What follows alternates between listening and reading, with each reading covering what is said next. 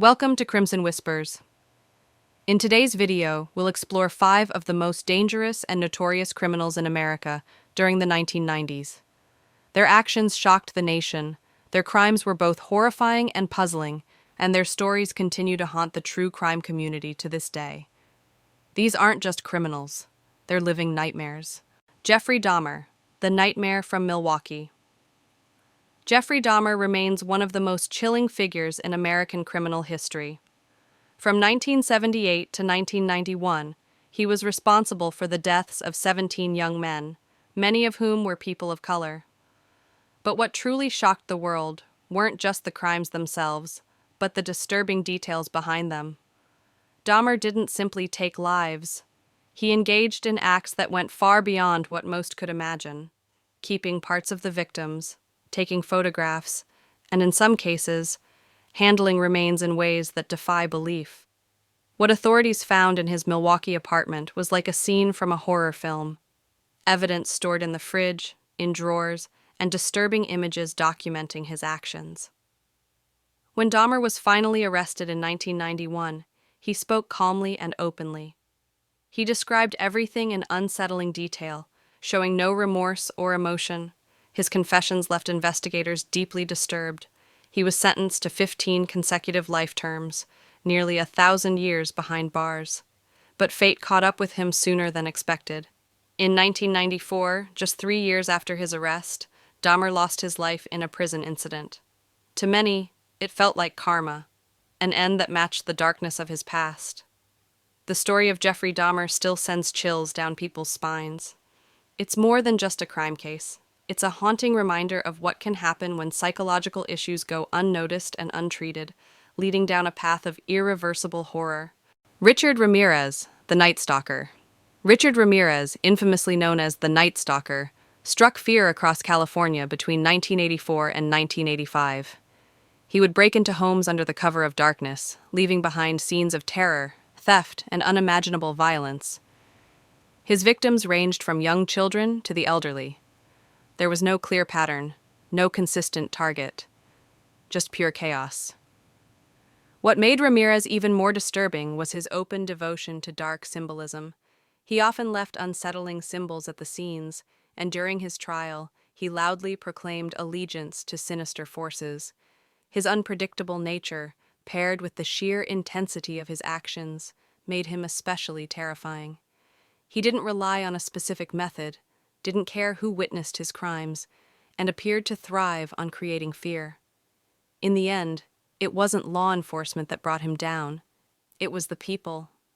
After his face was plastered across newspapers and TV screens, a group of civilians recognized him on the street and chased him down, holding him until police arrived.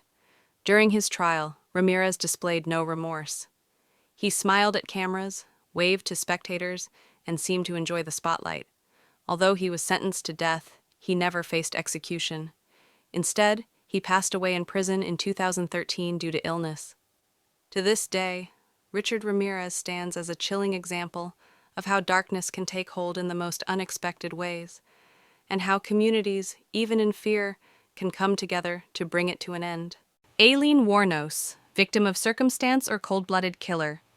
Aileen Wuornos lived a life marked by hardship from the very beginning. Abandoned in childhood, exposed to abuse, and left to survive on the streets, she drifted from place to place, turning to sex work to get by. But between 1989 and 1990, her story took a dark and deadly turn when 7 men lost their lives at her hands. According to Aileen, each act was done in self-defense. She claimed that every one of these men had tried to hurt her, and she was simply trying to survive. Her words sparked national debate. Was she a victim pushed to the edge, or something far more dangerous? The case shocked the public not only because of the number of victims, but also because female serial killers are incredibly rare. Investigators uncovered stolen belongings, inconsistent statements, and no clear evidence of the threats she described. The more they looked, the more complicated the truth became. In 1992, Aileen Wuornos was convicted and sentenced to death.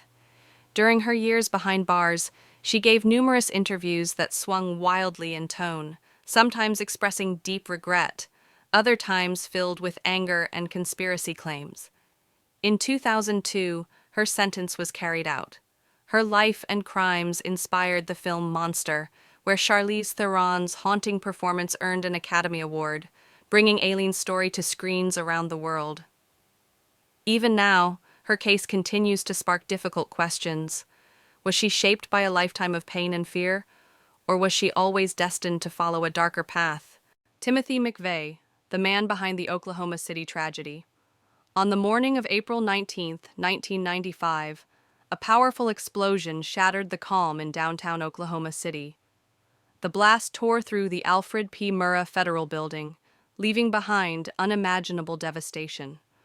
168 lives were lost that day, including 19 children, making it the deadliest domestic attack in U.S. history.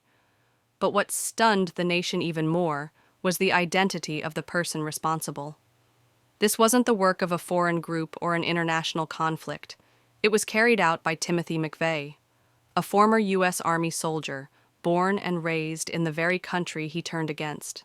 Motivated by deep resentment toward the federal government, McVeigh believed he was taking revenge for incidents like Waco and Ruby Ridge. With chilling precision, he rented a truck, packed it with homemade explosives, and parked it just outside the federal building, then walked away. Just hours after the attack, McVeigh was pulled over in a routine traffic stop for driving without a license plate. That simple detail led to his capture. Days later, investigators linked him directly to the bombing. Throughout the investigation and trial, McVeigh remained unrepentant. He admitted to the act and referred to the victims as unfortunate consequences of a larger message he believed he was sending. His words sparked outrage across the country. In 2001, Timothy McVeigh was executed by the federal government, the first such execution in the U.S. in nearly 4 decades. His actions left a permanent scar on the nation, and the tragedy of that day continues to be a somber reminder of how dangerous extremist beliefs can become when fueled by hate and precision. Eric Harris and Dylan Klebold, The Tragedy That Changed America. On April 20th, 1999, a day that began like any other turned into one of the darkest chapters in U.S. school history. 2 high school students, Eric Harris and Dylan Klebold, entered Columbine High School in Colorado, armed with weapons and homemade devices. Within minutes, the school was thrown into chaos. By the end, 13 lives were lost, more than 20 people were injured, and the 2 perpetrators took their own lives. What happened at Columbine wasn't just a school attack. It was a cultural earthquake. The tragedy exposed deep cracks in how schools handle bullying, emotional well-being, and campus security. In the aftermath, investigators uncovered journals, videos, and digital files left by the 2 teens, revealing months of planning and signs of psychological turmoil. To this day, the motives remain unclear and widely debated. Some point to bullying, others to a desire for infamy or unresolved mental struggles. But no single explanation has ever fully answered the question, why? Columbine changed everything. It shifted how schools across the nation prepare for emergencies. It sparked national conversations about mental health, media influence, and gun laws. Sadly, it also inspired a series of similar incidents in the years that followed. Though over 2 decades have passed, the impact of that day still echoes, reminding us that behind every tragedy are warning signs, missed chances, and lives that should have never been lost.